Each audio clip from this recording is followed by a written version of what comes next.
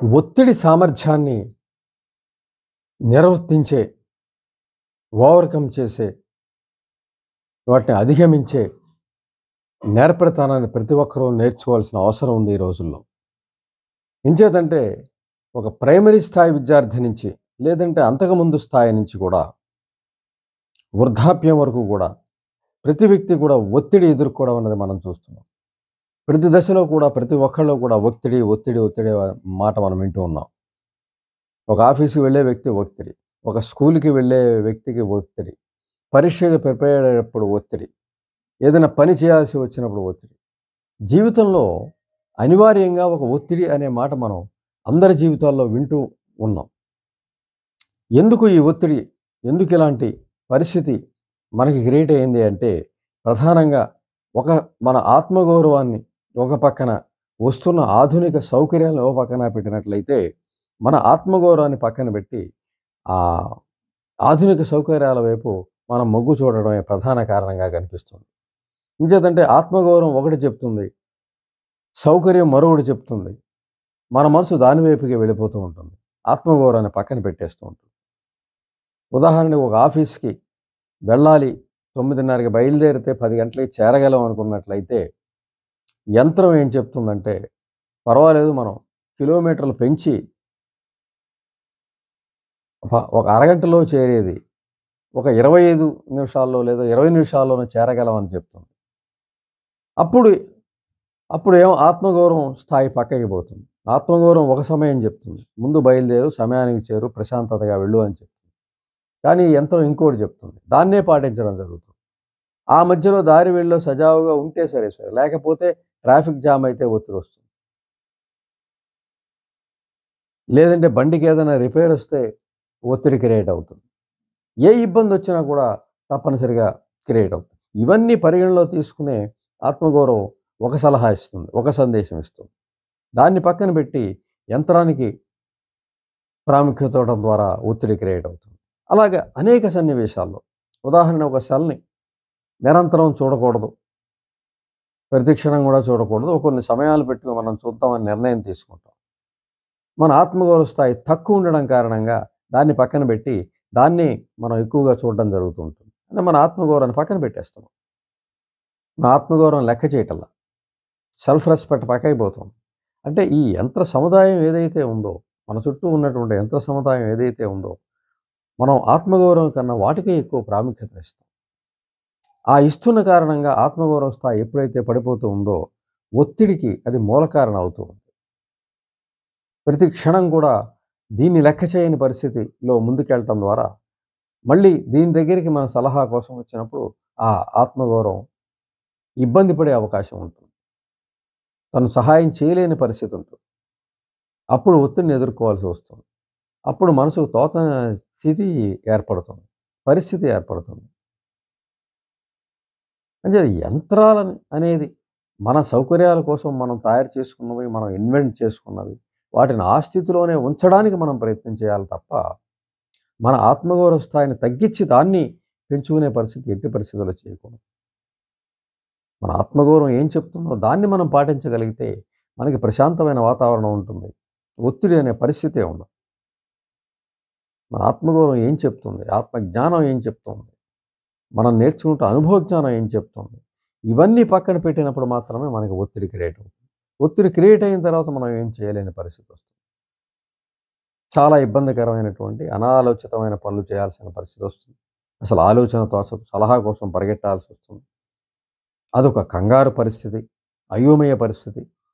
అటువంటిది ముందుగానే మనం మేలుకొని మన ఆత్మగౌరవం చెప్పిన విషయాన్ని మనం విన్నట్లయితే, ఆ పరిస్థితి మనం తెచ్చుకునే అవసరం ఉండదు. మనకి తెలుస్తూ ఉంటుంది. ఒక తప్పు జరిగిపోయిన తర్వాత, ఆ తప్పు జరగకుండా ముందు మన మనసు ఇచ్చిన సలహా తెలుస్తూ ఉంటుంది మనకి.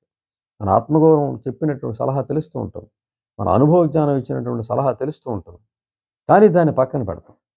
ఆధునిక జీవితం అనే ఆహ్, దానికి మనం బానిసగా మారిపోయి, వాటిని ఎక్కువ, ఆత్మగౌరవ స్థాయి కన్నా వాటిని ఎక్కువ తీసుకుని, వాటిని మనం పాటించడం ద్వారా అక్కడ మనకి ఒత్తిడి క్రియేట్ అవుతుంది.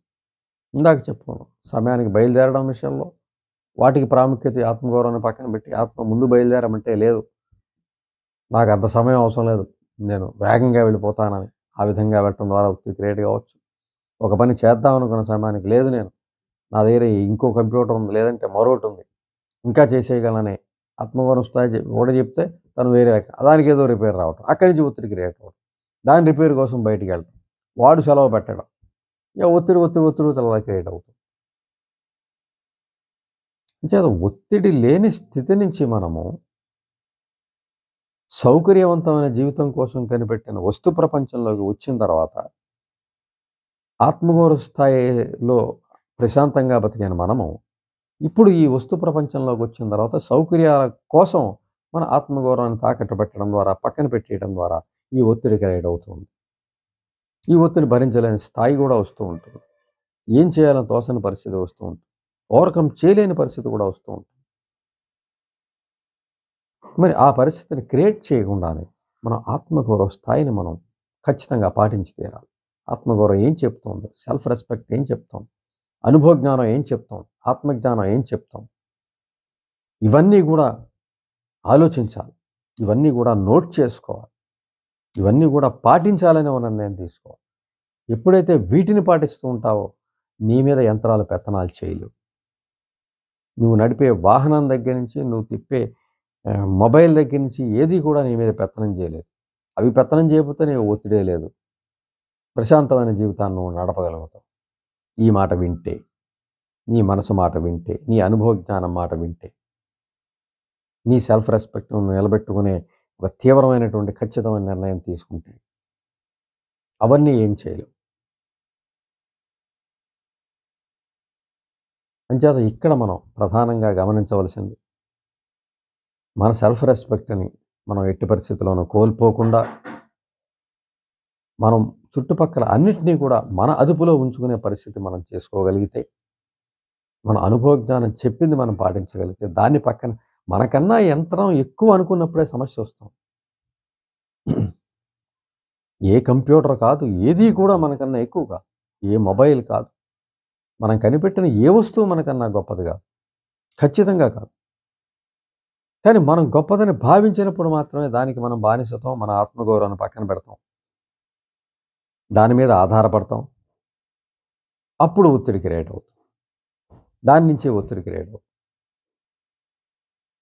అంచేత ఈ పరిస్థితి నుంచి మనని మనం సేవ్ చేసుకోవాలంటే చేయవలసిన పరిస్థితి ఒకటే, మన సెల్ఫ్ రెస్పెక్ట్ని చూసుకోవాలి, మన ఆత్మగౌరవాన్ని చూసుకోవాలి, మన ఆత్మజ్ఞానాన్ని పరిశీలనగా చూసుకోవాలి, మన అనుభవ జ్ఞానాన్ని ఉపయోగించుకోవాలి.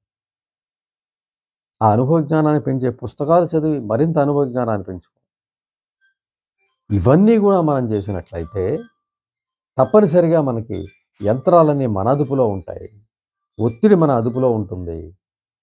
ఏ విధమైనటువంటి మన మీద ఈ యంత్రాలు ప్రభావం చూపించలేవు.